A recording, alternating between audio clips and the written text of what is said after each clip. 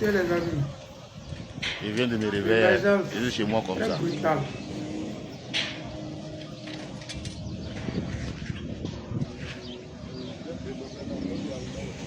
Ça, c'est l'émergence qui est là. Ouais, on a vu. D'après le gouvernement, ils disent non, ils se sont trompés. Qu'ils ont débordé. Voilà ça qui est là. De 25 mètres, ils sont arrivés à 5000 mètres.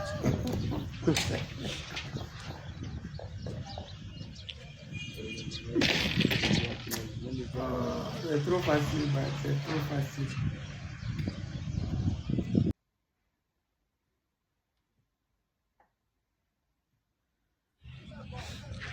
C'est chez moi-même qu'elle est là. Actuellement. On vient de se réveiller. Hein. On dort comme les clochards. Le gouvernement dit ils se sont trompés. Ils se sont trompés. Au lieu de 25 mètres, ils ont dépassé. C'est bien intéressant, bien beau, bien joli. Tout ce lot, c'est pour une seule personne. Une seule personne. Et là, nous sommes dedans. Maintenant, le type en question, il avait une démentie que lui, il ne reconnaît pas, que ce n'est pas pour lui. Facilement comme ça. Voilà. Je suis sur ma maison comme ça. En tout cas, ils ont gagné. C'est l'émergence. Ils ont fait ça jour, hein.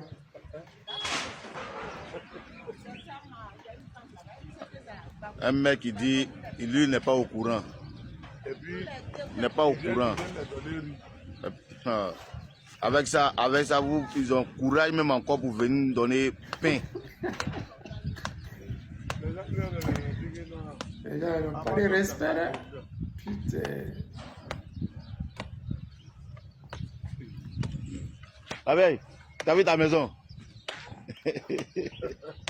Ça fait rire, mais vraiment, c'est pitoyable. C'est stressant même.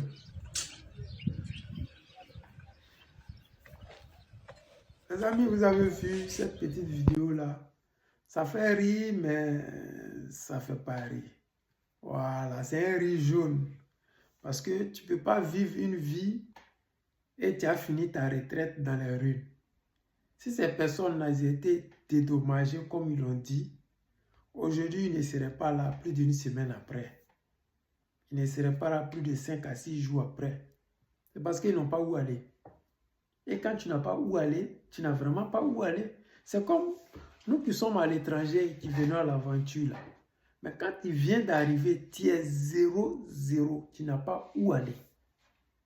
Où tu gagnes là, tu restes là-bas. Même si ça ne te plaît pas.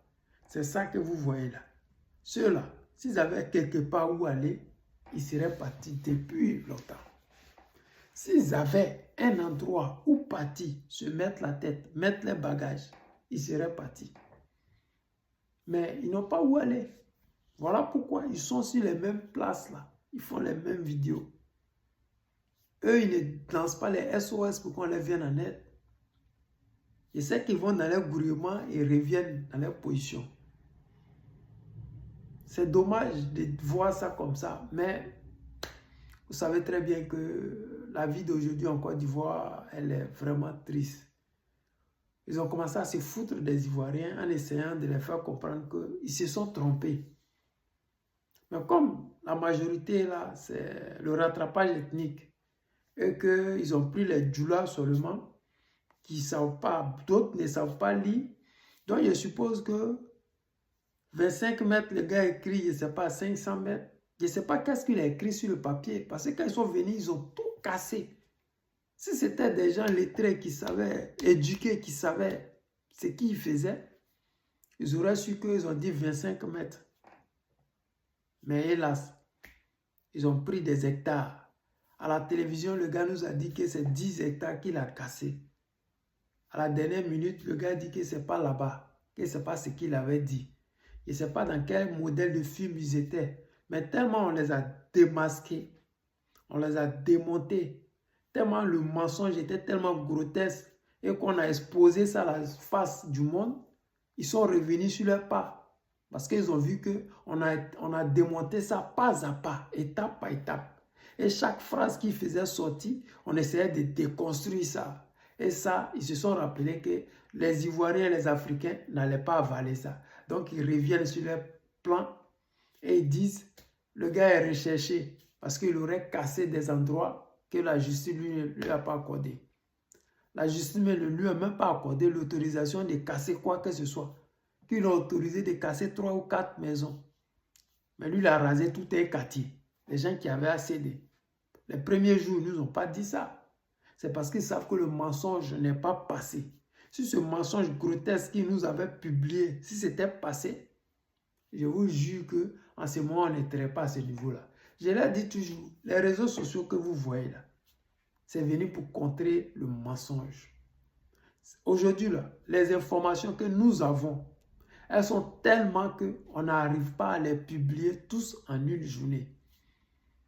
Donc ne pensez pas que ce que vous faites là, on ne sait pas. On sait, on peut déconstruire.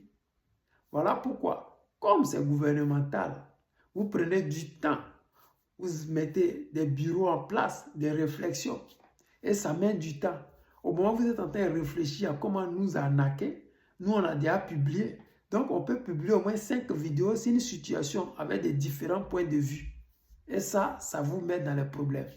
Voilà pourquoi vous voyez souvent les cyberactivistes qui ont de la visibilité, on les met en prison, on les crée tous les problèmes parce que le mensonge qu'ils sont en train de préparer dans les labos, nous on déconstruit ça.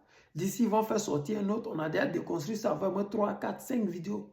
Donc le peuple est informé au fur et à mesure de la souffrance des Ivoiriens et des Africains en Côte d'Ivoire. J'ai vu certains pro-ado moutons dire dans les commentaires que c'était des Burkinabés ou c'était des étrangers. Mais la Côte d'Ivoire, depuis que nous, on est nés, avant que Ouattara prenne le pouvoir, on n'a jamais fait la différence entre étrangers et puis étrangers. La preuve en est que celui qui envoyait la carte de séjour, c'était Draman Ouattara, pas Bédié, pas Gueye, pas Gbagbo. Donc, celui qui a commencé cette histoire d'étrangers en Côte d'Ivoire, c'est encore lui le même. Nous, là, aujourd'hui, on en parle parce que on est malheureux. Parce que ceux qui étaient hier, nos frères, nos amis, aujourd'hui nous ont montré une autre face qu'on ne connaissait pas. Et ça nous a déçus. Des gens à qui nous avons tout donné hier, aujourd'hui, ils nous ferment toutes les portes. Aujourd'hui, ils nous traquent comme des animaux. Aujourd'hui, ils ont des comportements qu'on n'aurait jamais imaginé qu'eux, ils pouvaient avoir ça envers nous. À Nayo, des étrangers ont déjà des Ivoiriens pour Alassane Draman Ouattara. À Toumoudi, des étrangers ont déjà des Ivoiriens pour affaire d'élection d'Alassane Draman Ouattara. À Gagnoua, des étrangers ont déjà des Ivoiriens à cause d'Alassane Draman Ouattara. Vous voyez que c'est un peu trop.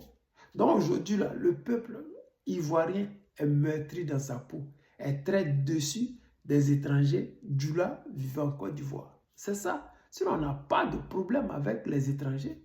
Il y a des Togolais en Côte d'Ivoire. Oui, il y a des Béninois en Côte d'Ivoire. Les vidéos où ils ont cassé là, il y a des Ghanéens aussi en Côte d'Ivoire. Vous n'êtes pas les seuls. Il y a des Togolais en Côte d'Ivoire. Mais pourquoi on a l'impression que c'est toujours vous qui avez des problèmes avec les Ivoiriens de souche? Vous comprenez? Mais bon, c'est un problème que nous allons régler avec le temps. Comme Gbagbo nous a dit, le temps est le second nom de Dieu. Donc, on suppose que d'ici là, l'AES serait développé et chacun va connaître sa position. Les amis, c'était le président Lothar, l'ami des dirigeants qui se respectent. Je vous aime et je vous dis à tout à l'heure.